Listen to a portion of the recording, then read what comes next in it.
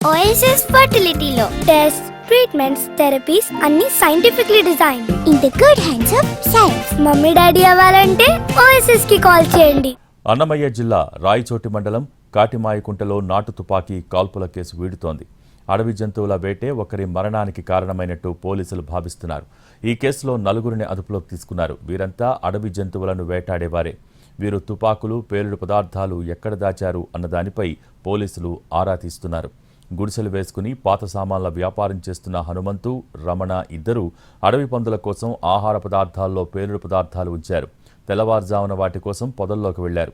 అయితే అప్పటికే అక్కడ కాపు కాసిన మరో గ్రామానికి చెందిన వేటగాళ్లు అలికిడి విని అడవి పందులనుకుని కాల్పులు జరిపినట్టు తెలుస్తోంది. ఈ కాల్పుల్లో హనుమంతు, రమణకు తీవ్ర గాయాలయ్యాయి.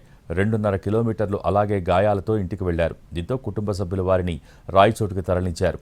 హనుమంతును కడప రిమ్స్కు తరలించగా చికిత్స పొందుతూ చనిపోయాడు. హనుమంతు మృతదేహానికి నేడు పోస్టుమార్టం నిర్వహించనున్నారు. బుల్లెట్లు హనుమంతు శరీరంలో ఈ పక్క నుంచి ఆ పక్కకు దూసుకు వెళ్లాయి.